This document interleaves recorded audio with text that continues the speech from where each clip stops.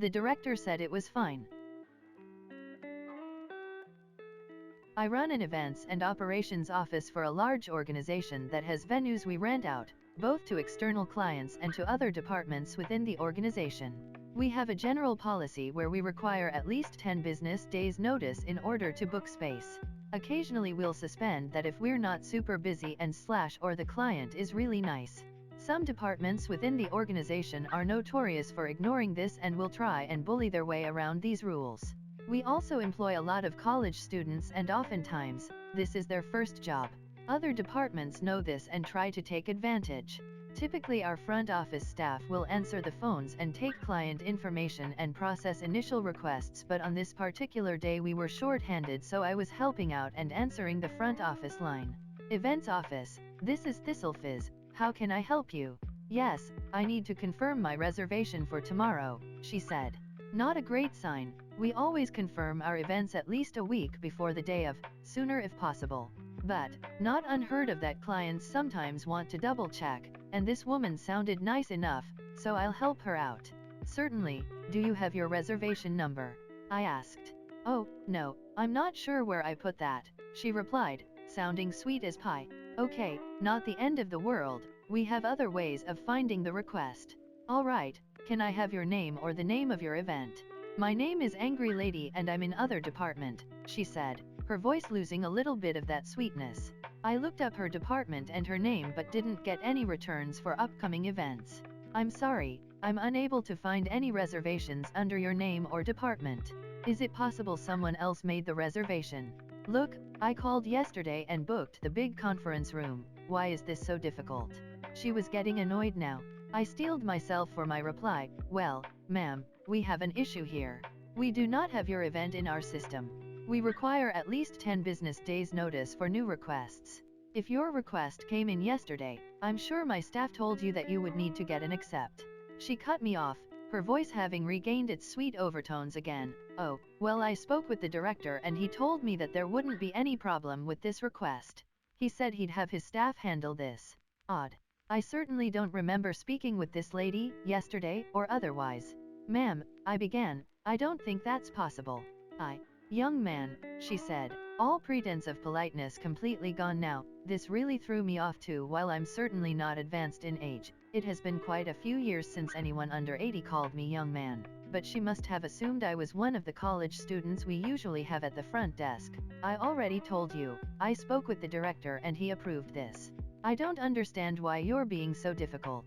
If she had been nice about it, this would have been fine. I probably would have even tried to figure out a way to accommodate her, especially since it sounded like she just needed one of our fixed conference rooms, so it would have been easy enough to fit in. But she decided to be rude about it and lie. Time to put the hammer down. Ma'am, I am the director. I am the only one who can provide exceptions and I definitely did not speak with you yesterday. Now, I am happy to help you find another date if you'd like, but we are not able to accommodate you for tomorrow. Silence. Then sputtering. Then she demanded to speak to my boss. I reminded her that as the director, I was the highest authority in the department, and while she was welcome to speak to my boss, the company CFO, she would just kick any event-related issues back down to me. So Angry Lady hung up. But the story doesn't end here, because this lady obviously did not believe me and didn't have the sense to make a nickel. Right after she hung up on me on the front office line, my direct line rang. And wouldn't you know it, it was Angry Lady herself on the caller ID. Now, usually I just answer with, hello, this is my first name, as answering the phone and using my title feels pretentious, but I really wanted to drive the point home. Hello, this is director, my last name, I said. I guess she recognized my voice because she didn't even bother saying anything. She just hung up. No, I'm just doing it for shits and giggles. I worked at a, now out business, craft store. We got a lot of really stupid customers, usually middle-aged women, that looked like a cross between a lost puppy and a headless chicken. So my boss asks me to organize and scan overstock items out on the sales floor. Overstock in our store was placed on a wall shelf over 10 feet in the air. I, in my bright company color t-shirt holding a large 5-pound scanner gun, am sitting atop a 11 feet standing ladder, I could see the whole store from up there. I'm scanning large boxes of items, sorting merch, and reorganizing/filling product. After a few minutes of this I hear a politely cleared throat. I had noticed this lady earlier out the corner of my eye staring at me from down the aisle but chose not to acknowledge her. Again I'm on top of an 11-feet ladder. I am not climbing down unless asked. Lady, excuse me, do you work here? I should say that I have been working at this store for a couple years now and have heard this question asked at the dumbest moments so often that I had long since lost what little patience I had for low IQ customers. Me, looks down at my shirt, look at my giant scanner, the box of product in my lap and then down at her. Yes. Pay no attention to the pink sparkly wristband. This happened in 2015. I was managing the hotel packages for Aftershock as well as several other music festivals. In addition to working with the hotels to make sure everyone has a room with fluffy pillows etc., the job involves distributing tickets, wristbands, swag, merch vouchers etc. Also, lots of questions via text and email. Because I interface with the fans, my email and phone number were at the bottom of the festival website. In fact, my number was the only one listed on the site and my email was one of only 3 listed. This often caused me grief because I got all sorts of crazy questions that had nothing to do with my job. Many of them had nothing to do with anything festival related at all. The cool thing about this job was that my work is always 80 to 95% done by the time the show starts, so I was free to enjoy the festival. This particular year we went from lanyards to cloth wristbands for our credentials, which allowed us to go into production areas and backstage etc. Fans got bands that said general admission or VIP, vendors got ones that said vendor. Same for guests, media, production staff etc. Well, they ran out of the nice cloth production wristbands, so they gave me a volunteer wristband. It was plastic, pink and sparkly, and I didn't really care because it got me everywhere I needed or wanted to be, just like anyone else working the show. Well, Sunday night comes and I'm hanging out with some friends who work the box office and they asked if I was heading to production and would I mind taking this huge stack of tickets and merch vouchers back there. I agreed and stuffed about $250,000 worth of paper into my backpack and headed that way. Well, when the headliners go on we pretty much lock down the entrances to backstage. If you're already in you can stay. Production staff, artists etc. are allowed in but not the bearers of the pink sparkly volunteer wristbands. So I'm at the entrance to the backstage area and the guard is like, you can't go in there. I'm trying to tell him that I'm working the show and I absolutely have to get this stuff back to the production office. He's not having it because I'm obviously just a pink sparkly volunteer trying to get backstage to meet Slipknot or something. So I pull out my phone and I'm calling coworkers trying to get someone to meet me to pick up the tickets and stuff, but they aren't answering. The guard is cool but he has his orders, so I wasn't mad at him. He said if you can get someone on the phone and I can verify that they work for Aftershock I'll let you in. Then it hits me. I asked if he had a smartphone with him. He did, but he wasn't eager to pull it out when he was supposed to be working, so I pulled out my personal phone and went to the Aftershock website and handed it to him. I had him scroll down and find the only phone number on the page and asked him to call it and ask them if they can authorize me to get backstage. He calls the number and the business phone in my other pocket rings. I answered and said, you can let that guy in. The look on his face was priceless. I asked if he was satisfied and he wasn't sure what to say, so I offered double of nothing. I said if you scroll down to the email address that says @presents.com I can send you a response so you won't get in trouble for letting me in. He waved me through. Later I brought him a Monster Energy drink and some festival swag and thanked him for doing his job so well and being professional. Edited to add, thank you all for the various wonderful awards. I am humbled. No, you didn't make a reservation with me.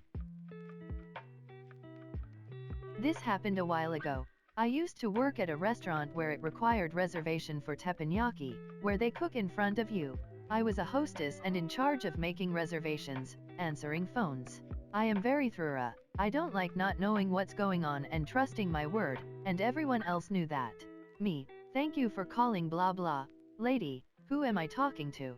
Me, Sapporo babe. Lady, yes hi. I made a reservation for teppanyaki at 4, was told to be here 15 minutes early, have never told anyone that, just informing that we're here. Name is Lady. Me, checks paper with current day of reservations, checks book of reservations, checks next week date of reservations. I'm sorry I can't seem to locate your name. Can you tell me when you made the reservation? Lady, already exasperated and pissy, I knew this would happen. You guys always misplace my reservations, but that's why I wrote it down on a piece of paper that proves I made the reservation. I made it for today at this time for 4 people. I made it Monday. Me, already having a long day with a no-show host on a busy day with clients staring at me waiting to be seated and the other phone on hold. Listen, we write down all the reservations twice and call to confirm the day of, and we triple check everything. When did you make the reservation? Lady, I don't like the way you're speaking to me. Maybe if you learned how to do your job you wouldn't have lost my reservation, but I made it on Monday at around 11. Me, I know how to do my job. I do it every day. Do you happen to remember who you were speaking to, a boy or a girl? At this point that's a trick question that I always asked in these situations. There's no male host, but it didn't matter. Lady, with you. I have written down in my paper it was with you, Sapporo babe. That's why I ask who I am speaking to, and that's how I know you didn't write down that reservation, and that's how I know you don't know how to do your job. Let me speak to your manager. Me, lady, I didn't even work that day. You didn't make a reservation. You're lying and you're using me as your fall guy. Lady, well, who was working that day? Me, why, so you can pin the blame on her too? I thought your little paper had all the information.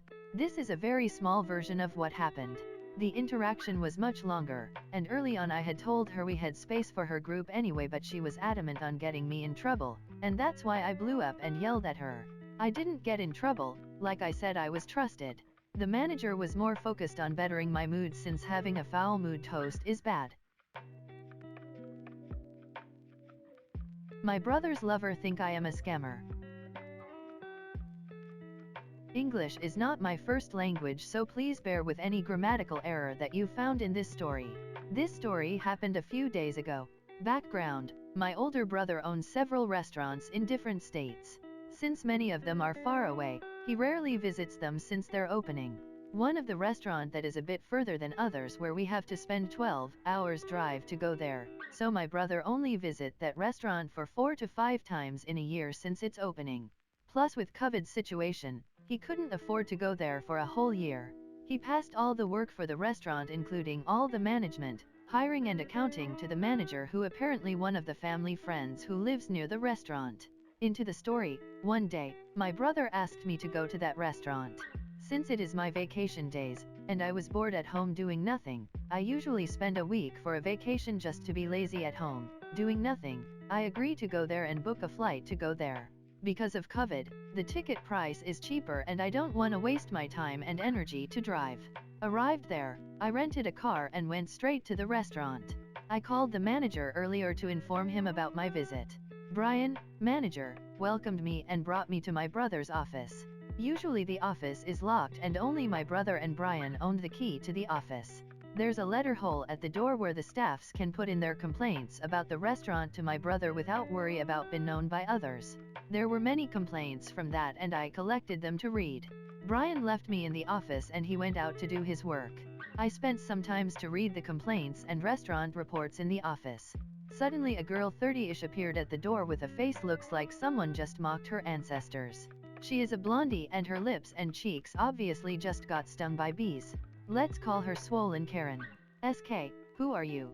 Nobody is allowed to be here. Me, oh, I'm, insert my name. I'm, SK, are you a thief? Are you trying to steal from this restaurant? Me, thief? I don't know there's a thief who would name themselves to others. I'm, insert my brother's name, S little sister. SK, don't lie, as if I will believe in a thief. Leave now or I'll call cops. Me, ma'am, I'm not lying here. You can ask Brian, I'm really. SK, ma'am, don't you dare to insult me, I'm still young. Well, with her bee-stung lips and cheeks, she do looks older. Me, please call Brian here. He knows that I'm the owner's sister. SK, no need to call Brian. You are obviously a scammer and a thief. I know owner's whole family. I am his lover. Honestly, my jaw dropped on the floor hearing that claim. I couldn't remember the exact exchange after that, but the whole points were I was trying to convince her that I am what I am and her argument was I am a thief and scammer. Several workers overheard our argument, but they could only watch since no one in the restaurant know my face except Brian. Some of them tried to argue with Swollen Karen, said that how did I have the key to the office if I'm not the owner's sister, but they got shut down by Swollen Karen, who said that she knew that I'm not my brother's name's sister since she is my brother's name's lover who knows our whole family. And later, she claimed that she is my brother's fiancée. Girl, my brother is a married man with 2 kids. I tried to call Brian to sort this situation, but unfortunately he was out from the restaurant for several matters outside. Swollen Karen threatened to call cops unless I left the office. Me, didn't want to escalate the situation further, decided to leave the restaurant and waited for Brian, who rushed back to restaurant. Inside the car, Brian arrived and I told him the whole situation. His face was pale and he profusely apologized to me. We both returned to the restaurant and Swollen Karen's turn to drop her jaw on the floor. I asked Brian to close the restaurant for a while since I need to sort this situation out. Luckily, because of COVID, no customer dines in the restaurant, only takes out and online orders. She screamed like a banshee while calling me liar, scammer, thief, robber, and every criminal occupation that she knows. Damn, I'm so busy with that many jobs at once. She showed the picture of her and my brother from high school era to support her claim and proceed to condemn my existence. Brian took out our family picture, who is in owner's office, and pointed to my grinning face in the portrait.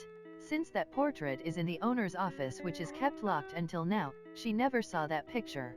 Me, Swollen Karen, yeah, I really called her that. You claim that you are my brother's lover since high school, however, I know all of his ex-girlfriends from his first until now, who now is his beloved wife. He didn't have many lovers since he is very loyal to his partners, and our whole family know each of his lovers. That picture that you show, I know it was from the prom night where he was crowned as the king of the night, prom king. Guess how many girls who took pictures with him at that night alone? All staffs who believe that she is owner's lover, now realized her lie. Staff 1, so, you are not owner's lover? Staff 2, you said you went to vacation with owner's family before, that is a lie? If it's true, why don't you recognize his sister? Staff 3, what about those rose bouquet that you received every month and you said it was from owner? Me, well, Brian, I don't think my brother likes it if his beloved has to dirty her hands, working here. What do you think? Swollen Karen left with huffed and puffed, realizing that I just fired her ass. I called my brother and told him the whole story. Brian said he actually believed her claim after Swollen Karen showed him the picture of her and my brother in high school. That was why Brian didn't say anything about her claim, saying that she is the owner's lover, because he thought that she is still in contact with my brother. Meanwhile, my brother didn't even know about Brian hired her, and in fact, my brother couldn't even remember her name at all since it has been over 15 years since he graduated from high school. Well, I know my brother's taste in woman, and she is the perfect definition of the complete opposite of his taste. Plus, I know how obsessed he is with his own wife. Return home, my brother told me that a girl called him saying that she wants to sue the restaurant for mistreatment against the employee, harassment, slander, and character defamation, and assault. Right now we are in the middle of collecting the evidences against her, including CCTV, witnesses from the staffs, and the complaints that I received from the letter hole at office. The recording of her pushing me to the restaurant's door is clearly shown in CCTV, so, who assault who? Many of the staffs hate her arrogance but didn't dare to say anything to her on face because of her claim. Because of that, it's like a norm to write complaints every time they've been bullied by her and sent them to letter hole. Since the complaint isn't included with name, and owner never come, they thought nothing about it. Oh, that bouquet of roses that my brother sent to her every month? It comes from a flower shop near her house, includes with receipt and record from the shop. She placed the order at the shop, and asked them to send to her at the restaurant.